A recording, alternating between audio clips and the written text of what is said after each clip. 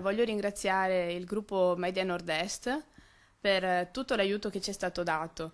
Ci hanno sempre contattato per chiederci informazioni, per tenere alta la voce di Giovanni. Per cui il mio grazie con tutto il cuore va a loro. Erika è commossa, non avrebbe mai immaginato così tanta partecipazione della gente. Arrivare in così poco tempo all'obiettivo dei 400.000 euro. A dirla tutta, nemmeno noi ci aspettavamo una tale dimostrazione di solidarietà nei confronti di questo bimbo, di quello che è diventato il nostro piccolo Joe, il nipotino di tutti noi veneti. Voglio ringraziare tutte le persone che si sono private di un caffè, dal caffè a una pizza, a qualsiasi altra rinuncia abbiano fatto.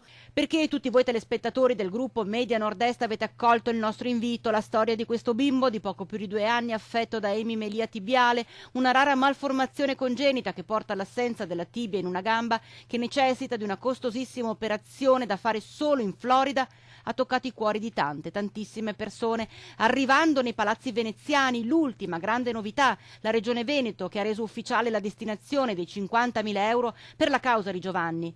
La meta è stata raggiunta, quindi. Media Nord-Est chiude la raccolta fondi per il piccolo Joe, ma non si conclude questa corsa di solidarietà per dare il meglio a tanti altri bambini, anche assieme a mamma Erika. Io ci tenevo a precisare il fatto che tutto quello che sarà di più verrà utilizzato per sostenere la fondazione di Media Nord-Est, che aiuterà i bambini in difficoltà in queste patologie che appunto qua in Italia non trovano aiuto, non trovano sostegno e si trovano da soli come ci siamo trovati noi da soli all'inizio. Ora questa famiglia di Piazzola non è più sola, anzi il senso di comunità, di fratellanza, di unione si è esplicato in tutta la sua grandezza in questa vicenda ed è solo l'inizio. Un inizio che comincia con un cucciolo che ci mostra il suo sguardo da supereroe e... Mandi un bacio a tutti adesso, manda un bacio a tutti con la manina. Hai detto grazie a tutti. Grazie.